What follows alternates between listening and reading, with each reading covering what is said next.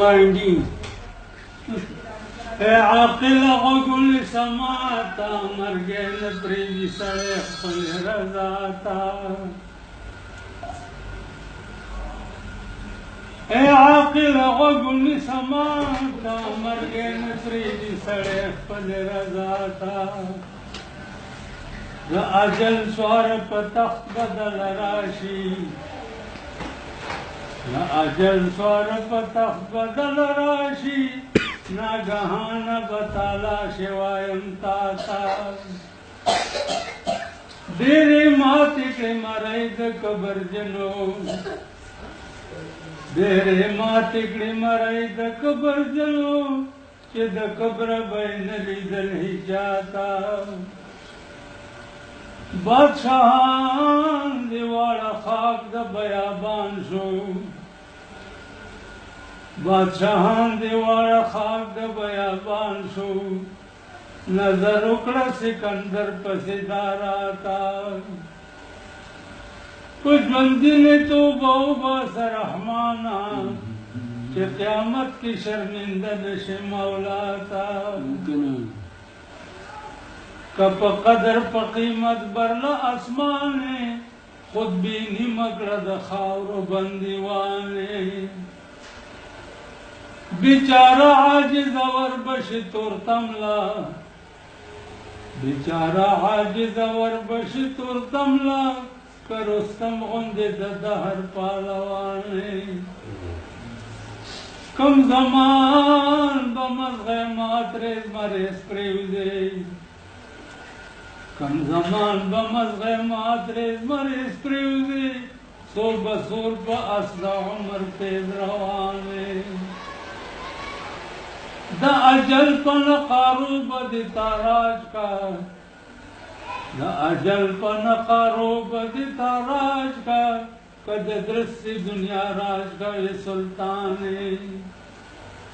مرسلان پیغمبران مرگ خاموش کر مرسلان پیغمبران مرگ خاموش کر کہ یخلیبی پسنا درب گویانے نا دخاماین دیخنا دا کم دلیلا کہ ازغی کرے پتا مدر حانے قافلی چی دا یمین شمال بلیگی اے حافظت بمل دا کم کاروانے دا حافظ الپورا سر دیجی کیا تاسو لیدلې وته کہ بلبلی پکے نوی بوستان سکڑما کہ بلبلی پکے نوی بوستان سکڑم بے میوی بسر وقت خرامان سکڑما کیا علاج میں دا مرس کولے نشی کیا علاج میں دا مرس کولے نشی افلاطون غند حکیم دا یونان سکڑما نن سبابت خالی منگل درمو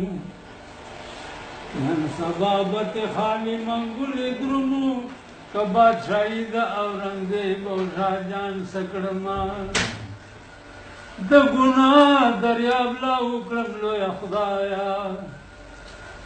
دا گناہ دریاب لا اکرم لو یا خدایا دا رحمان بد معاشر پا میدان سکڑما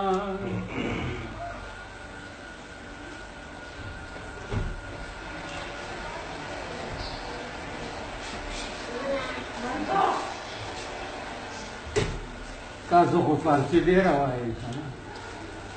فارسی یک شب مجنون بخلوتگاہ راز گفت اے پروردگار بے نیاز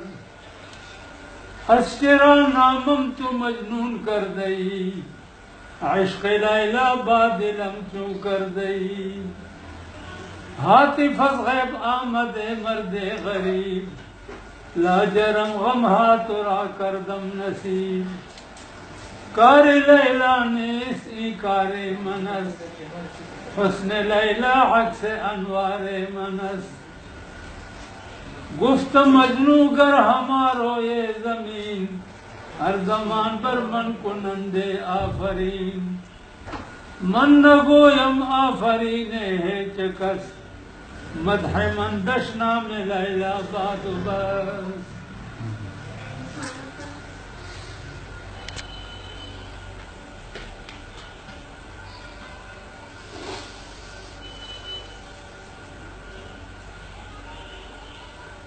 ٹھیک شو جگہ گھومندہ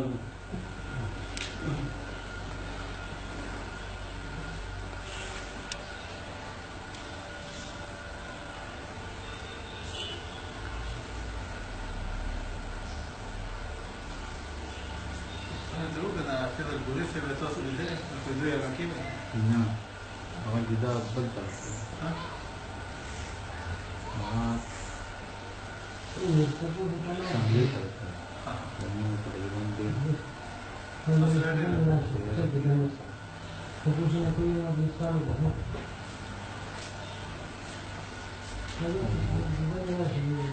بلا ہوئے ماں وہی نور ہوئے ماں سبھی ہوئے ظلم بیلوستا پمینا محبت کے عاشقی دی زہر راکڑ پشربت کے لال زمان ویارتا متڑنا سحا مامندلے دے دا یار پڑیر محنت کے کد عشق کمر پریو دی سر بیل لے کد عشق کمر پریو دی سر بیل لے تجمع تغاف کی چیپ نصیحت کے د دنیا د دولتونو بے پروایم د دنیا د دولتونو بے پروایم ز رحمان دا عاشق پلوی دولت کے رحمان بابا غوختے ہو اورنگزیب بادشاہ دلی تھا کہ کل کل رضا او ماتا اشعار وایا نو آغا ورطوئے کہ نن پترخ کے میں جانان پلاس کے میں جان دے نن پترخ کے میں جانان پلاس کے میں جان دے زکا اورنگ زمانے زما غلام دے اورنگزیب کا آرائش دا تخت و تاج کا عمر گئے بیدا تخت تخت و تاراج کا اورنگزیب کد دلی پا تخت نازیگی ما رحمان تا دبا در کلے دلے دے ربی دکھلی رحمان بابا بادل کرتا جو بادل ہی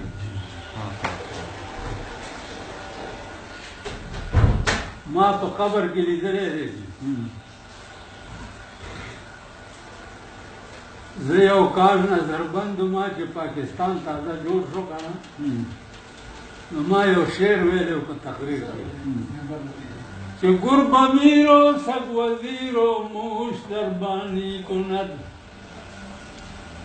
گرب میرو سگ وزیرو موش دربانی کند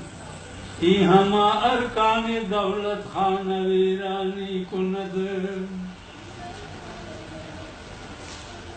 نو سگ وزیرو ٹکے جو کنا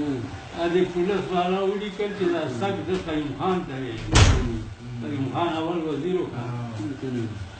نو دشپی اوڑی وما شب قدر قرات ہے بوتلا اوال را پسی را رچی یو کال بدلتا نظر باندے مال ٹک دا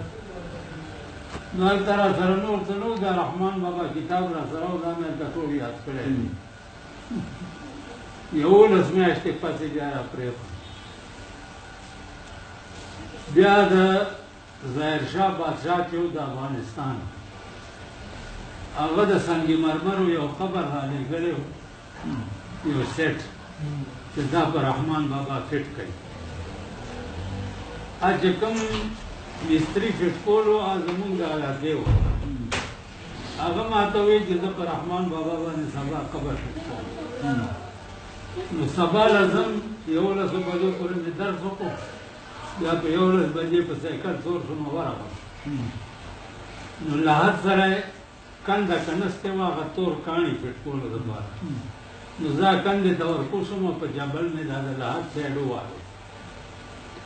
نو په دې مخ باندې ورسوری شو دا مصري ما ته چغې کړې چې ښېږه دا دې څه وکړه ما ته هم راکوشه هغه هم راکوشو ما سره یو طالب تللی و هغه هم راکوشو یو مزدور هم راټول کړو اسوري هم دومره کولاو کړو داسې پروت دی لکه اوس ته ایښی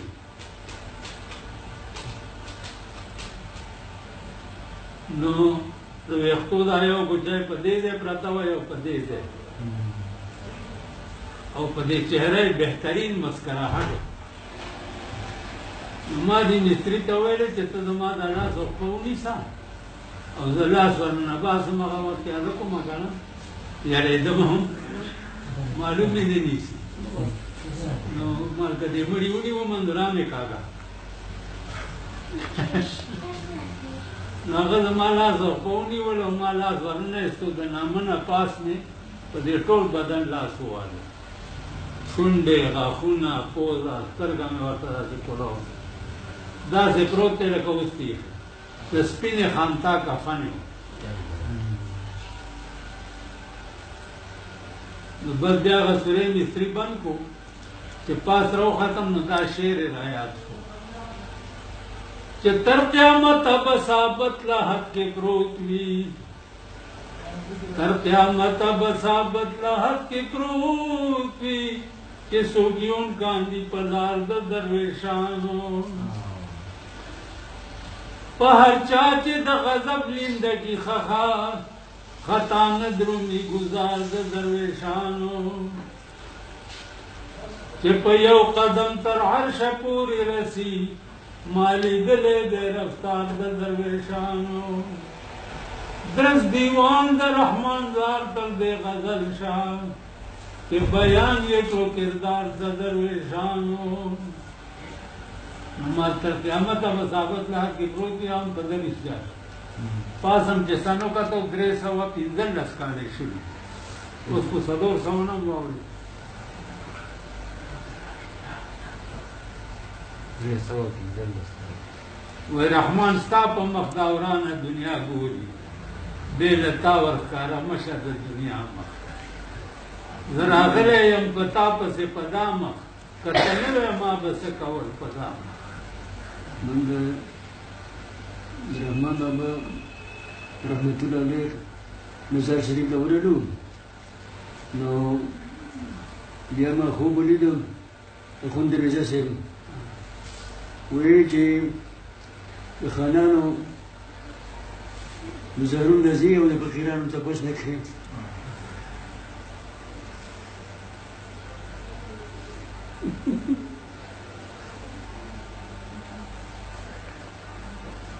ما د خپل پیر صاحب خبر رایاده شوله ولي احمد بابا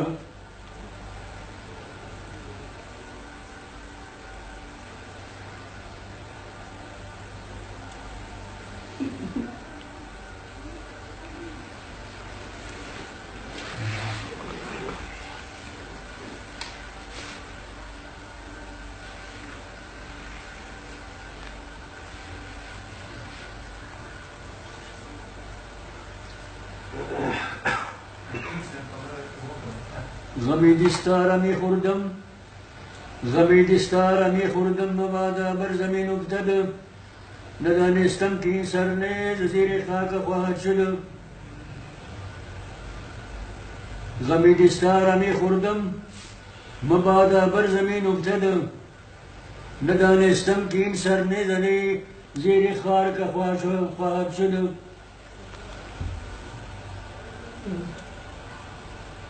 گر هزاران دم باشد بر قدم چون تو با مایه نباشد هیچ غم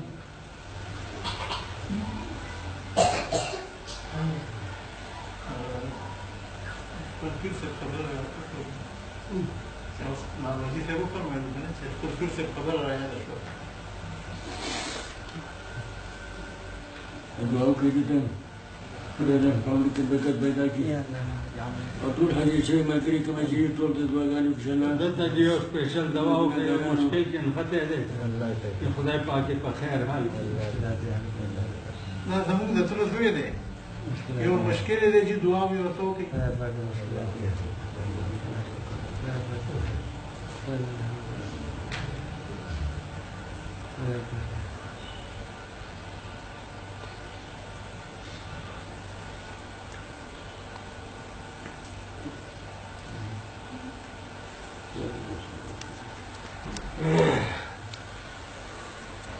مونږ کړی چې کومه څه مخ نه ځي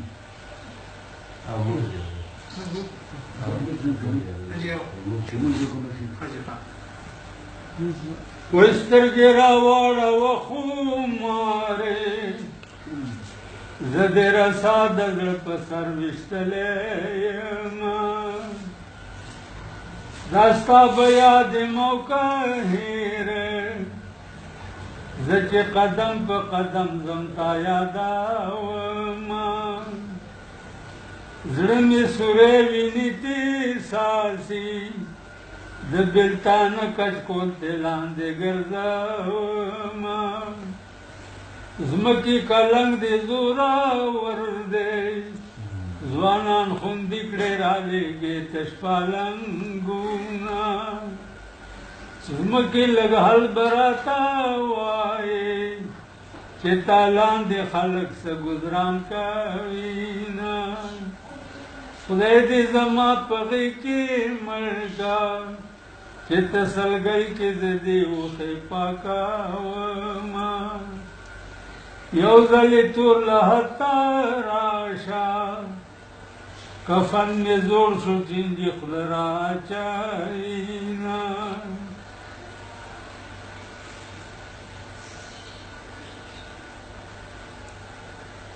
أنا منبع للأشعار نعم هذاك عبد الرحمن لازم بس عبد الودود عبد الودود دكتور لازم عبد الودود كم دينو تقول فرقتها فرقتها والدها روكاري لازم بصوت خير راتلې بجې تاسو په سار کې حضرت صاحب عبد الودود جی جی نه جی زه راتلې بجې جی خیر لارې دې نه سره دې چې نه دی دا ټول عمر ما خندا باندې جی جی ټول عمر په جړای کار او چې زه به ورغم ول به قصیده وای ما به اشعار ورته شروع کړه او دی به داسې په جړا شو چې اسمان ته به جړا رسېږي په سن 65 کې زه حج ته تللی وم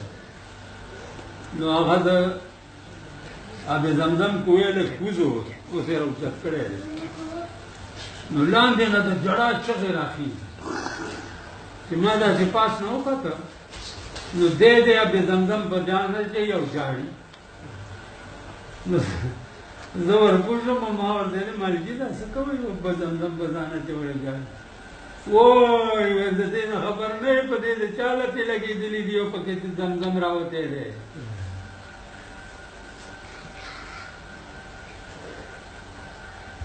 د هغه ژوند بس ټول عمر جړا وه د مولانا ثاني صاحب رحمت الله علیه خانقاه ته زه تللی وم چې د شپې دا وخت و 9 بجې دلی ته تللی وم د شیخ الهند سیمینار هغې نه پس بیا دیوبند ته تلم نو د شپې 9 بجې خانه بم ته ورسېدو نو هغه کلي یو سړی زموږ رهنمایي یې کوله نو خانقاه ته لاړو بیا م هغه خلوتونه وکته د ده د عجیب عبدالله مهاجر مکي صاحب هغې باندې بم چې ورغورځولې انګرېزانو بم اوس هم استازې کول بیا د ده خانقاه ته هغه خلوت ته ننوتم زه پکې ون ختمه داسې تنګ یې جوړ کړی چې خوب پکې رانشي بیا بار ولاړ و برانډه کې نو ما هغه نه تپوس وکړ چې وہ خانقاه کدھر ہے ما تو وہی کہ یہ ہے نا جہاں آپ کھڑے ہیں د سوترای درای په کې وړې او ډاګې په جمعاتم پرته یو ډاګه ولاړه او دې ته بیډه والي و نه دې بنا بجې په خبر ته لاړ سب باغو چې خبر د څه شو نو کار وو کړو تیارو کړی نو بس یو ګل د خاور ډېر یو ملحوظاتو کې مې یو خبره حضرت کتلې ده تقریر یې کړی دی پکې درې قسمه خوړې دي چې والله بالله ثم تالله مجھے خدا لا یزال کی قسم ایک بار اللہ کہنا دونوں جہان کی نعمتوں سے بہتر ہے اور اس کے بدلے میں جو کچھ ملے گا تو مرنے کے بعد پتہ چل جائے گا دا غراض ہے میں پیمان کا بل کاشتا دے وظیفے نو چې څوک راته هم وایي زما لاس کې تسبیح وګوري نو زه ورته پیر ښکاره شم نو ما ورته ویلي چې بچیا بس یو ځل الله وایي بیا مولانا روم د دې تصدیق وکړي چې رابعه بصري یو ښځه وه هغه به 24 घंटे لګیا وه الله الله الله الله الله بل کار یې نه یو شپه پې حال راغی چې حال پې راغی نو الله ته فریاد وکړو یا الله زما زړه وچاودو په الله الله ویلو او تا یو ورځ یې منلې چې زه دا یم نو مولانا روم وایي چې آواز ورته وشو چې گفت اللہ ہے تو لبیک ماست گفت اللہ ہے تو لبیک ماست وینیازو شورو دردت پیک ماست دستا اللہ ویل زما لبیک دے کنا کہ تیو ذل اللہ ویل درد اللہ ذل لبیک دے مولانا روم جی نن نظر کاله مخکې تېر شوی دی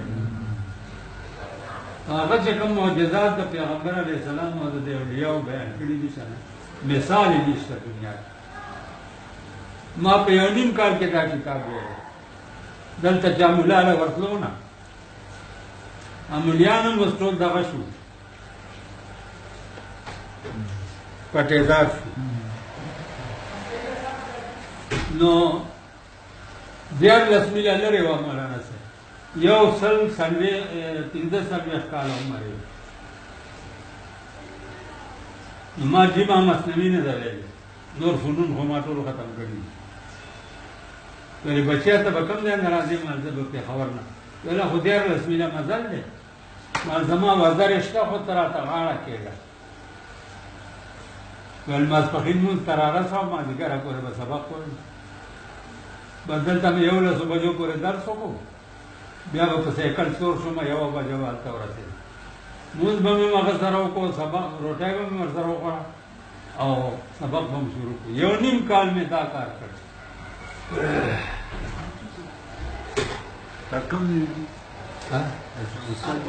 اکبرپوره ده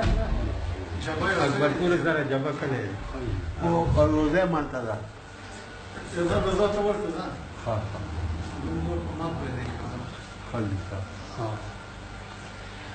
نو هغه په آخري ورځ جمعه ته یو خبره وکړه چې بچیا د مولانا روم یو کرامت بعد الموت درته خبره کوم چې هغه یو شعر ویلی دی خو په مثنوي کې نشته دا مثنوي د یو سني په لاس کې وه او یو شیعه پې پېښ شو نو شیعه ورته ویلې چې ای چیست نو ده ورته ویلې چې ای مثنوي است ای مثنوي نیست ای مشنوي است د دې اورېدل نه دي پکار نو هغه ورته ویل تو خو یک دربي دي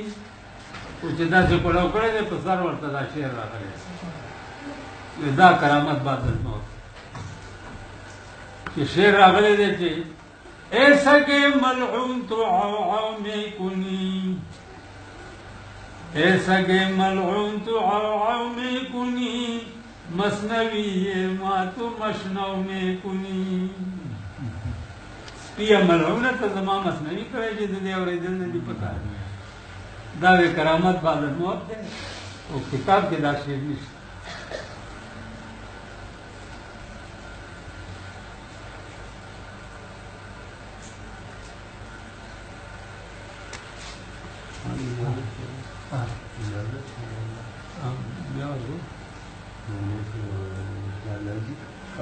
ورده په دې مخ لګلاس راکاږي چې مسله خدای